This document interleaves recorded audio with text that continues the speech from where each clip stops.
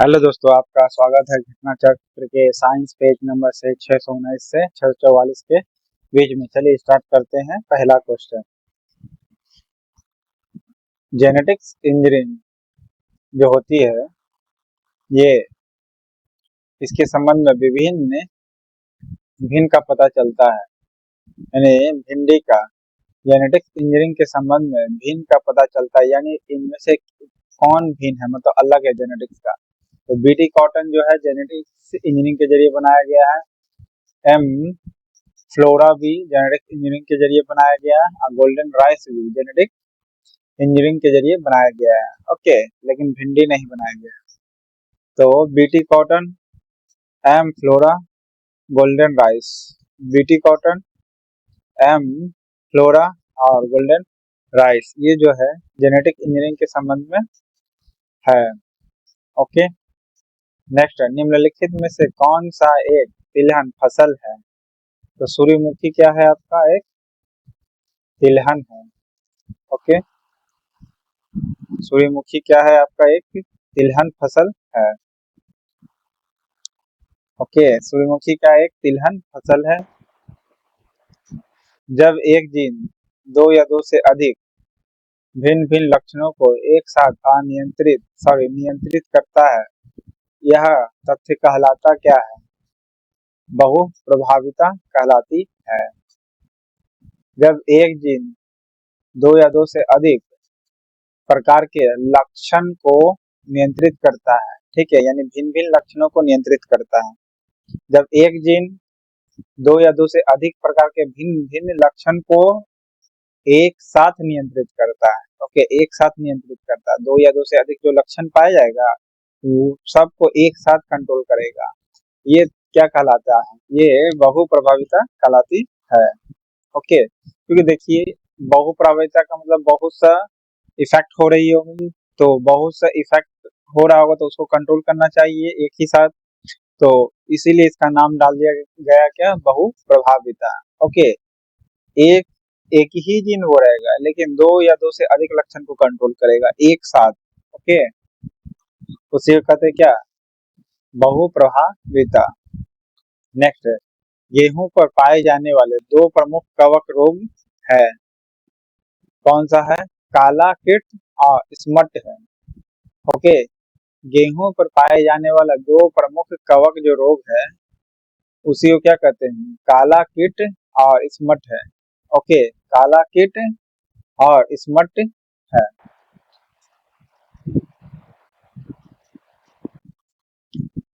लैंगिक जनन से आनुवांशिक विचरण कैसे होता है? लैंगिक जनन से आनुवांशिक विचरण होता है, मतलब आनुवांशिक विचरण में एक से दूसरे, दूसरे से तीसरे में कैसे जाता है? तो क्रोमोसोम में बदलाव भी होता है, इस कारण से भी होता है। जीन के सम्मिश्रण जिसे ब्लेडिंग कहते हैं, या फिर जीन के मिश्रण से भी इसे शफलिंग कहते हैं। ओके, जीन के मिश्रण यानी शफलिंग कहेंगे जिसे, जीन के सम्मिश्रण ब्लेंडिंग कहेंगे। सम्मिश्रण, जीन के सम्मिश्रण को ब्लेंडिंग, जबकि जीन के मिश्रण को शफलिंग कहते हैं, या क्रोमोसोम में बदलाव से होता है लैंगिक जनन में आनुवांशिक विचरण। ओके, तो फिक्स अभी हो जाएगा। नेक्स्ट है, गेहूं का काला कीट रोग किस कवक के द्वारा होता है? पक्सिनिया ग्रेमिनिस ट्रिटिसाई से। पक्सिनिया ग्रेमिनिस ट्रिटिसाई से होती है गेहूं का काला कीट रोग। गेहूं देखते होंगे ना, उसमें काला काला हो जाता है, वो रोग है। ओके, जो एक प्रकार का कवक है। ओके, काला तो कवक ही जनरली होता है, लेकिन ये कवक का नाम क्या है? Puccinia ग्रेमिनिस tritici. Okay, tritici, tritici से ट्रिटी काय याद रखिएगा, ट्रिटिसाई से ट्रिटी काय याद रखना है। ओके, काय माने कवक होता है, ट्रिटी काय, काय कवक, काय कवक याद रखना, ट्रिटिसाई से ट्रिटी काय कह देना है, कवक याद रखना है। ओके, क्या नाम है कवक का पूरा नाम? पक्सिनिया ग्रेमिनिस। ओके, गेहूं ऐसे भी यहाँ पर देख रहे गेहूं और ग्रेमी, गेहूं ग्रेमी, गेहूं ग्रेमी, गेहूं ग्रेमी।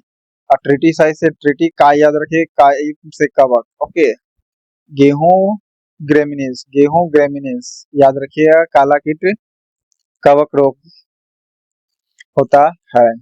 नेक्स्ट है, सबसे पहले डीएनए को अलग किसने किया था? फ्रेडरिक मियर्स्चेचर ने, मियर्स्चेचर ने सबसे पहले डीएनए को अलग किसने किया था? फ्रेडरिक मियर्स्चेचर ने किया था। ओके, फ्रेडरिक मियर्स्चेचर ने किया था डीएनए को अलग। ओके, फ्रेडरिक मियर्स्चेचर ने किया था डीएनए को अलग। पीताम्बरी एक प्रकार की प्रजाति है, सरसों का है। ओके, पीताम्बरी क्या है? एक प्रकार का प्रजाति है जो किसका है? सरसों का है। और सबसे पहले डीएनए को अलग किसने किया था? तो फ्रेडरिक मियर्स्चेचर ने। ओके, डीएनए को अलग करना, फाड़ दिया, फाड़ने से फ्रेडरिक याद रखना है, फाड़ने से फ्रेडरिक, तो फाड़ने से क्या होता है? अलग अलग हो जाता है। उसी प्रकार डीएनए को अलग अलग किसने किया? तो फ्रेडरिक ने। फ्रेडरिक को फाड़ने से याद रखना है, फाड़ना फ्रेडरिक, फाड़ना फ्रेडरिक, फाड़ने से फ्रेडरिक, फाड़ने से अलग अलग हो जाता है। उसी प्रकार फ्रेडरिक ने भी अलग अलग कर दिया, किसको? डीएनए को। ओके, पीताम्बरी एक प्रकार की प्रजाति है सरसों का। नेक्स्ट है, डीएनए की निम्नलिखित में से किस विशेषता ने उसे पीढ़ी दर पीढ़ी आनुवंशिक सूचना संग्रह करने और प्रसन्न करने के लिए अद्वितीय रूप से उपयुक्त बनाया है? तो दो रज्जुकों की पूरकता के कारण। ओके, डीएनए की किस विशेषता ने उसे पीढ़ी दर पीढ़ी आनुवंशिक सूचना संग्रहण करने और प्रसन्न करने के लिए अद्वितीय रूप से उपयुक्त बनाया है? तो दो रज्जुकों की पूरकता से हुआ है, दो रज्जुकों की पूरकता से डीएनए की पीढ़ी दर पीढ़ी आनुवंशिक सूचना संग्रह करना है, पीढ़ी दर पीढ़ी आनुवंशिक सूचना संग्रह करना है और प्रसन्न करने के लिए अद्वितीय रूप से उपयुक्त बनाया है, दो रज्जुकों की पूरकता से। नेक्स्ट, निम्नलिखित में से कौन परजीवी पादप है? गोल्डन राइस जो है आपका परजीवी पादप है। ओके, गोल्डन राइस जो है आपका परजीवी पादप है। ओके,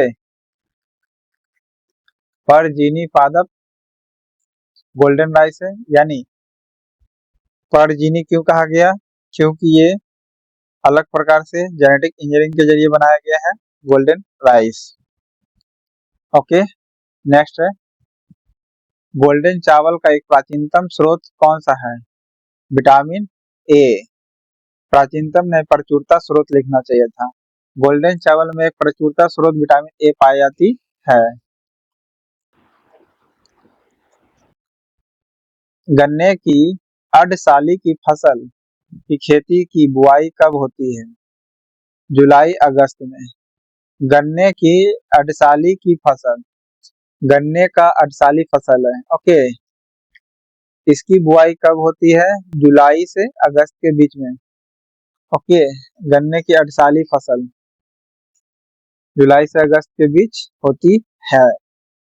कौन ट्रांसजेनिक्स द्वारा नहीं पाया जाता है? क्लोनीकृत जंतुओं का उत्पादन, ये जो है ट्रांसजेनिक्स द्वारा नहीं पाया जाता है। बाकी खाने योग्य टीकों का उत्पादन, ये है ट्रांसजेनिक द्वारा पाया जाता है। फिर ट्रांसजेनिक फसलों का उत्पादन होता है। फिर जैव निम्नीकरणीय प्लास्टिक का उत्पादन, ये सभी जो है ट्रांसजेनिक द्वारा पाया जा सकता है।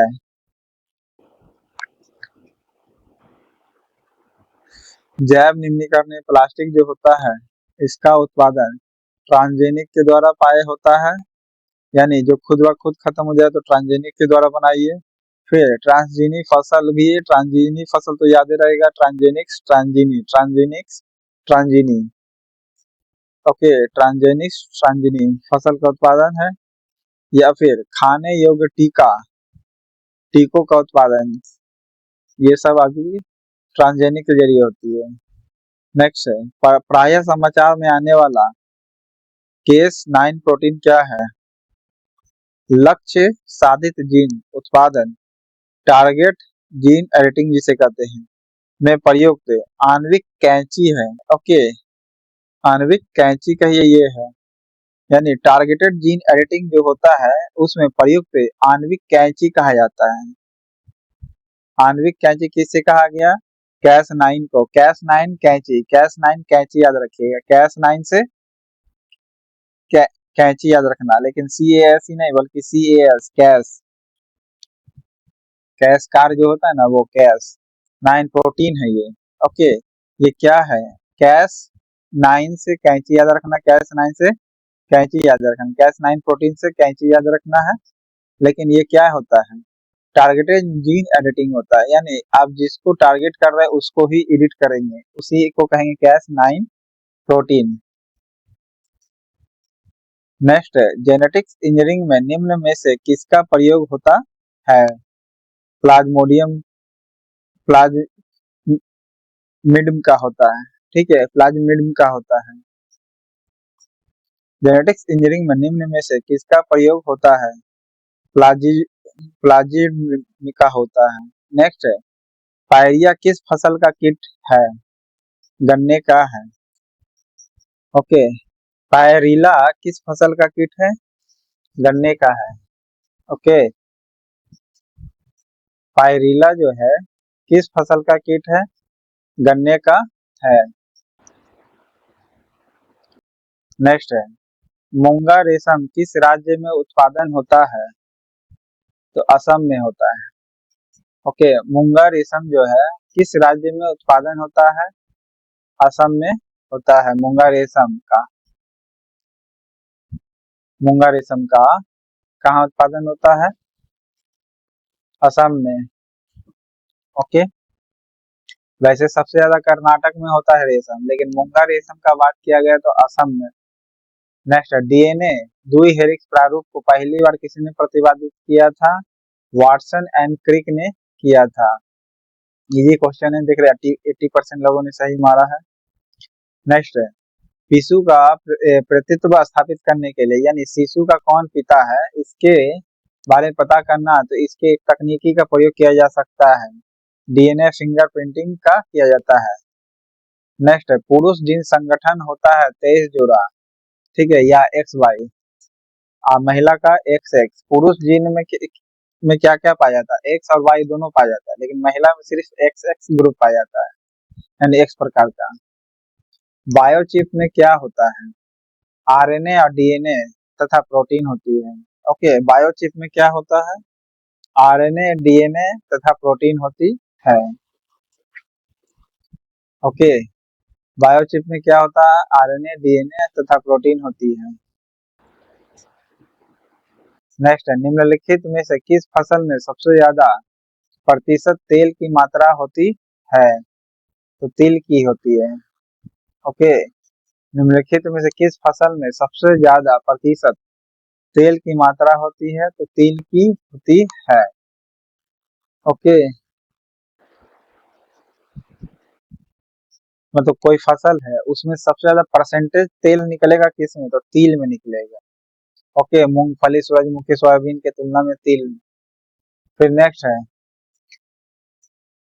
बस ये चीज याद रखना, तिल और सरसों में कंपेयर करना पड़ेगा, ऑप्शन के अनुसार अलग करना है तो। नेक्स्ट है हरित क्रांति का संबंध किससे है? खाद्य उत्पादन से है। इनमें से कौन सूक्ष्मजीवी कीटनाशक है? बैसिलस थुरिंजियसिस। ओके, बैसिलस थुरिंजियसिस थूर देता है, सूक्ष्मजीवी कीटनाशक है। ओके, यानी सूक्ष्मजीव को थूर देगा, सूक्ष्मजीव को क्या कर देगा? थूर देगा। थूरने से याद रखना थुरिंजियसिस, थुरिंजियसिस याद रखना, थुरिंजियसिस नाम है, थुरिंजियसिस। ओके, बैसिलस थुरिंजियसिस नाम है, ये सूक्ष्मजीव कीटनाशक कहलाता है। ओके, बैसिलस थुरिंजियसिस कहलाता है। नेक्स्ट है जीन अभियंत्रण में नवीनतम तकनीकी विकसित होती विकसित हुई है? तो जीन प्रतिचित्रण के द्वारा होती है। ओके, जीन अभियंत्रण में नवीनतम तकनीकी विकसित हुई है, न्यू टेक्नोलॉजी विकसित हुई है, जीन इंजीनियरिंग में कहा जाता है जी।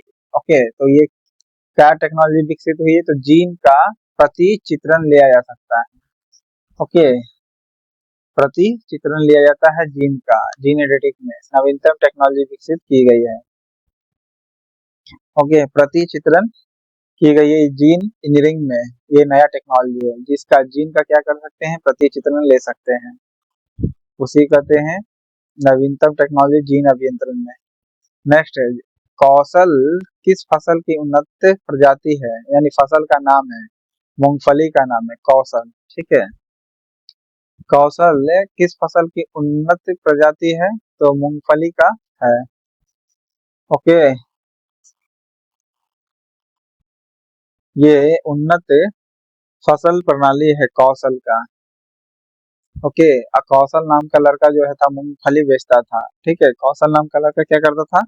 मूंगफली बेचता था। तो कौशल मूंगफली याद रखना, कौशल मूंगफली। ओके, किस फसल की उन्नति की प्रजाति है? मूंगफली का। नेक्स्ट है, पैतृकता सिद्ध करने के लिए निम्न में से कौन सहायक है? तो डीएनए उंगली छाप है। पैतृकता सिद्ध करने के लिए निम्न में से कौन सहायक है? तो डीएनए उंगली छाप है। ओके, ये नेक्स्ट है, सुनहरी चावल में बीटा कैरोटीन जीन कहाँ से आता है? जीन आएगा डैफोडिल से, सुनहरी चावल पाया जाता है। ओके, सुनहरी चावल में क्या पाया जाती है? Beta carotene. Okay, beta carotene gene कहाँ से आता है? बीटा कैरोटीन क्या एक जीन है जो कहाँ से आता है? डैफोडिल से।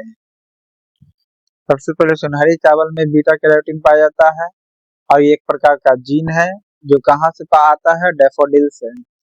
ओके, सुनहरी चावल में बीटा कैरोटीन जीन कहाँ से आता है? डैफोडिल से। ओके, सूक्ष्म जीवी जो बीटी कपास के उत्पादन से संबंधित है वह क्या है? बैक्टीरिया है। ओके, सूक्ष्म जीवी जो बीटी कपास के उत्पादन से संबंधित है वह एक प्रकार का क्या है? बैक्टीरिया है। ओके, जीवाणु जो बीटी कपास के उत्पादन से संबंधित है वह एक प्रकार का क्या है? बैक्टीरिया है। नेक्स्ट है, सरसों किस फसल के अंतर्गत आती है? रबी के। सरसों किस फसल के अंतर्गत आती है? रबी के आती है। नेक्स्ट है, इन जॉथ नाम है विश्व के प्रथम क्लोन का ऊंट का नाम है। ओके, इन जॉथ नाम है विश्व के प्रथम क्लोन ऊंट का, इन जॉथ नाम है। ओके, इन जॉथ ये क्लोन ऊंट है, क्लोन ऊंट है जो पहला ऊंट है विश्व का, इन जॉथ नाम रखा गया है ऊंट का, इन जॉथ नाम रखा गया है, ये ऊंट का क्लोन है। नेक्स्ट है, जैव आवर्धन से मतलब क्या है? तात्पर्य क्या है? उत्तरोत्तर पोषण स्तरों के जीव जीवों में पीरकनाशियों की मात्रा का वर्णन करना होता है। ओके, फिर से सुनिएगा, जैव आवर्धन से तात्पर्य क्या है? इसका मतलब ये होता है कि उत्तरोत्तर पोषण स्तरों के जीवों में पीरकनाशियों की मात्रा का वर्णन होता है। ओके, नेक्स्ट है, साधारण ओरोबैंकी खरपतवार पाया जाता है कहाँ? तंबाकू के खेत में। ओके, साधारण ओरोबैंकी खरपतवार कहाँ पाया जाता है? तंबाकू के खेत में पाया जाता है ओरोबैंकी खरपतवार। ओके, ये ओरोबैंकी खरपतवार है जो तंबाकू के खेत में पाया जाता है। नेक्स्ट है, पौधों में व्हाइट बड रोग किसकी कमी से होता है? जिंक की। ओके, पौधों में व्हाइट बड रोग किसकी कमी से होता है? जिंक की कमी से होता है। ओके, व्हाइट बड रोग होता है। ऐसे भी व्हाइट है, जिंक भी व्हाइट की तरह मान के चलिए होता है, ठीक है। जिंक व्हाइट याद रखना, व्हाइट वर्ड जिंक। नेक्स्ट है, डीएनए को किसने अंतः पात्र में बनाया है? आर्थर कॉर्नबर्ग ने बनाया। डीएनए को किसने अंतः पात्र में बनाया है, यानी एक खास अंतर पात्र यानी बर्तन में बनाया है, तो आर्थर कॉर्नबर्ग ने बनाया था। ओके, कॉर्नबर्ग खाली याद रखिएगा, कॉर्नबर्ग। ओके, क्योंकि कॉर्नबर्ग के नाम से चर्चित है। डीएनए को किसने एक बर्तन में बनाया था, यानी पात्र में बनाया था, तो कॉर्नबर्ग ने किया था। ओके, आर्थर कॉर्नबर्ग याद रखिएगा। ओके,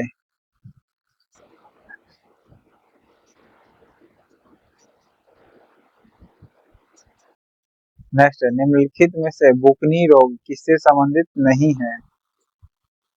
बाजरा में बुकनी नहीं होता, बाकी अंगूर, जौ, प्याज तीनों में बुकनी रोग हो सकता है।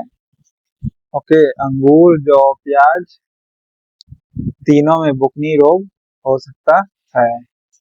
अंगूर, जौ, प्याज है, ये तीनों में बुकनी रोग हो सकता है। नेक्स्ट है, उंगलियों के निशानी की बहुरंगी सतह पर उभरने यानी डेवलप करने हेतु निम्न में से क्या प्रयुक्त होता है? फ्लोरोसेंट पाउडर प्रयुक्त होता है। ओके, उंगलियों के निशानी की बहुरंगी सतह पर उभारने यानी डेवलप करने हेतु निम्न में से क्या प्रयुक्त होता है? फ्लोरोसेंट पाउडर प्रयुक्त होता है। ओके, नेक्स्ट है, उंगलियों के निशानी की बहुरंगी सतह पर उभारना है, ठीक है। तो बहुरंगी सतह है, उस पर उंगली का छाप को प्रयुक्त हुआ है। निशानी की बहुरंगी सतह पर उभारना है यानी डेवलप करना है, तब क्या प्रयुक्त होता है? तो फ्लोरोसेंट पाउडर का यूज किया जाता है। जी हाँ, फ्लोरोसेंट पाउडर छिट दीजिएगा ना, तो किसी भी जैसे फिंगरप्रिंट नहीं होता है, अपराधी अपराध करता है तो उसका फिंगरप्रिंट छूट जाता है ना, तो उस पर फ्लोरोसेंट पाउडर छिटा जाता है। फ्लोरोसेंट पाउडर से पता चल जाता है उंगलियों के छाप।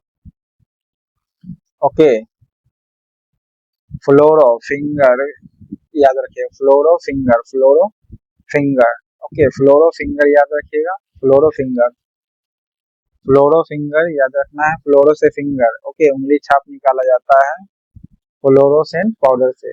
ओके, नेक्स्ट है, जिप्सम की अधिक मात्रा आवश्यक होता है मूंगफली की फसल में। ओके, जिप्सम की अधिक मात्रा आवश्यक कहाँ होती है? मूंगफली की फसल में होती है। ओके, जिप्सम की अधिक मात्रा, और व्हाइट बड रोग भी जिप्सम नहीं बल्कि जिंक की कमी से होता है, व्हाइट बड रोग। ओके,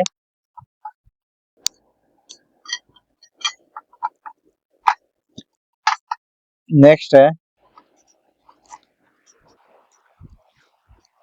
मूंगफली की फसल में जिप्सम की कमी से रोग होता है। अधिक मात्रा जिप्सम की अधिक मात्रा आवश्यक होती है मूंगफली की फसल में।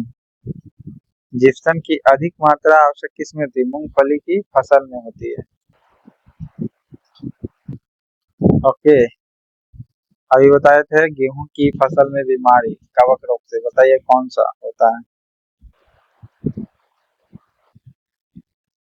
फ्लोरोसेंट पाउडर से फिंगरप्रिंट को पता किया जाता है। नेक्स्ट है, मानव की पहचान को सुरक्षित करने के लिए जैव प्रौद्योगिकी आधारित अत्याधुनिक तकनीकी को काम में लाया जाता है। डीएनए फिंगरप्रिंटिंग को लाया जाता है। ओके, मानव की पहचान को सुरक्षित करने के लिए जैव प्रौद्योगिकी आधारित अत्याधुनिक तकनीकी को काम में लाया जाता है। जी हाँ, लाया जाता है। तो डीएनए फिंगरप्रिंटिंग को लिया जाता है मानव की पहचान को सुरक्षित रखने के लिए। बिल्कुल। नेक्स्ट है, निम्नलिखित में से कौन सा एक सजीव जीवों में एक प्रजाति की उत्पत्ति के लिए सर्वाधिक महत्वपूर्ण घटक है? तो उत्परिवर्तन है। ओके, नेक्स्ट है, फिर सुनिएगा, कौन एक सजीव जीवों में एक प्रजाति की उत्पत्ति के लिए सर्वाधिक महत्वपूर्ण है? इवोल्यूशन होता है ना, उत्परिवर्तन, वो। तो एक नई प्रजाति की उत्पत्ति के लिए सर्वाधिक उपयुक्त घटक कौन सा है? उत्परिवर्तन कहलाता है। एक सजीव जीवों में एक नई जाति की उत्पत्ति हो जाती है। नेक्स्ट है, आनुवांशिक अभियांत्रिकी का दूसरा नाम क्या है? पुनः संयोजक डीएनए टेक्नोलॉजी। ओके, प्रौद्योगिकी टेक्नोलॉजी, पुनः संयोजन डीएनए टेक्नोलॉजी होता है आनुवांशिक अभियांत्रिकी, यानी आनुवांशिक।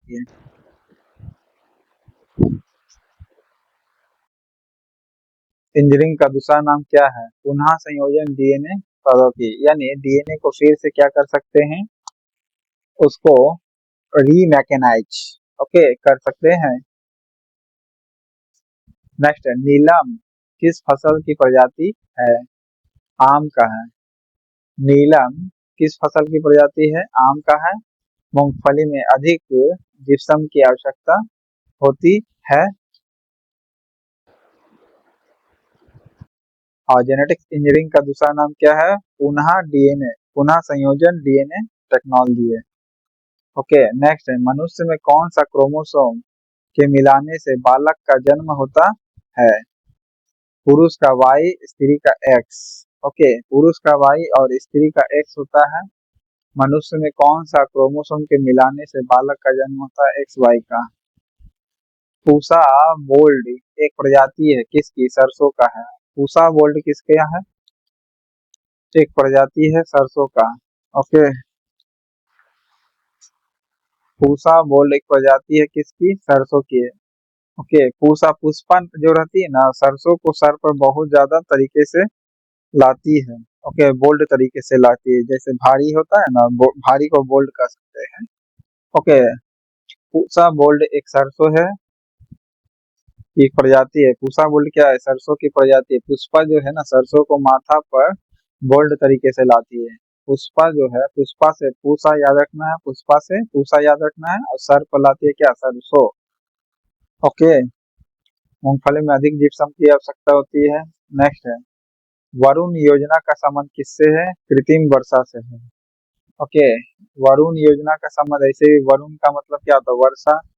ओके, वरुण वर्षा, वरुण वर्षा, वरुण वर्षा याद रखना है, तो वरुण योजना का संबंध वर्षा से है।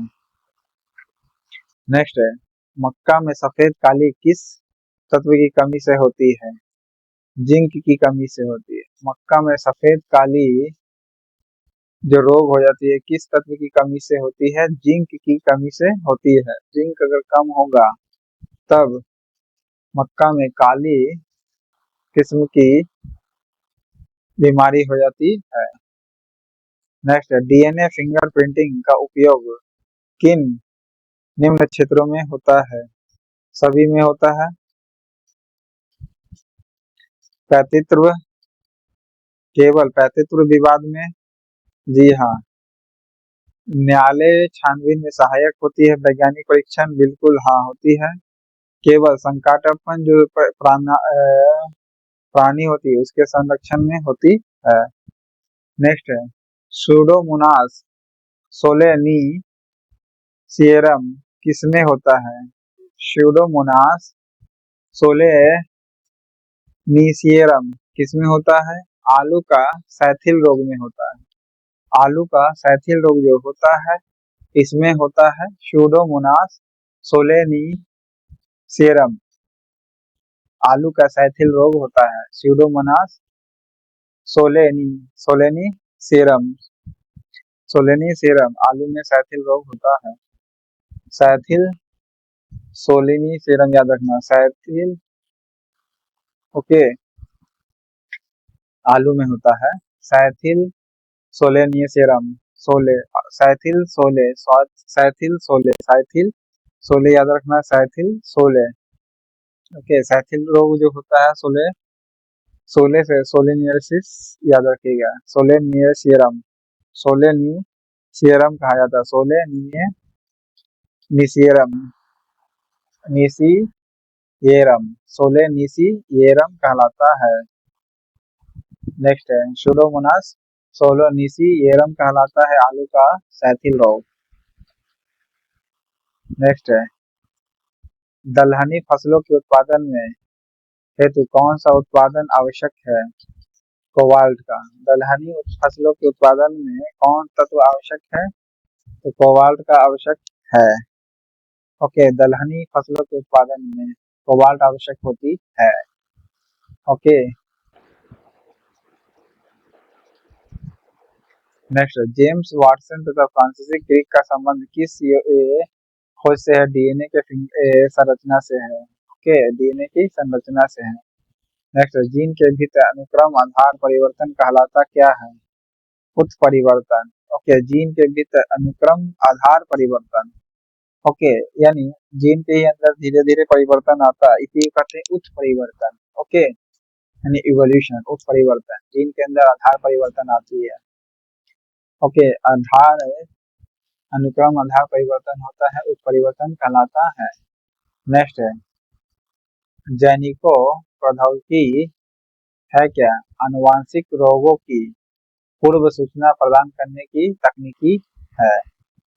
ओके, नेक्स्ट है जेनिको टेक्नोलॉजी, जेनिको यानी जेनेटिक्स टेक्नोलॉजी कर सकते हैं, आनुवांशिक रोगों की पूर्व सूचना प्रदान करने की टेक्नोलॉजी है, जेनिको टेक्नोलॉजी कहते हैं। जीन टेक्नोलॉजी नहीं बल्कि जेनिको टेक्नोलॉजी।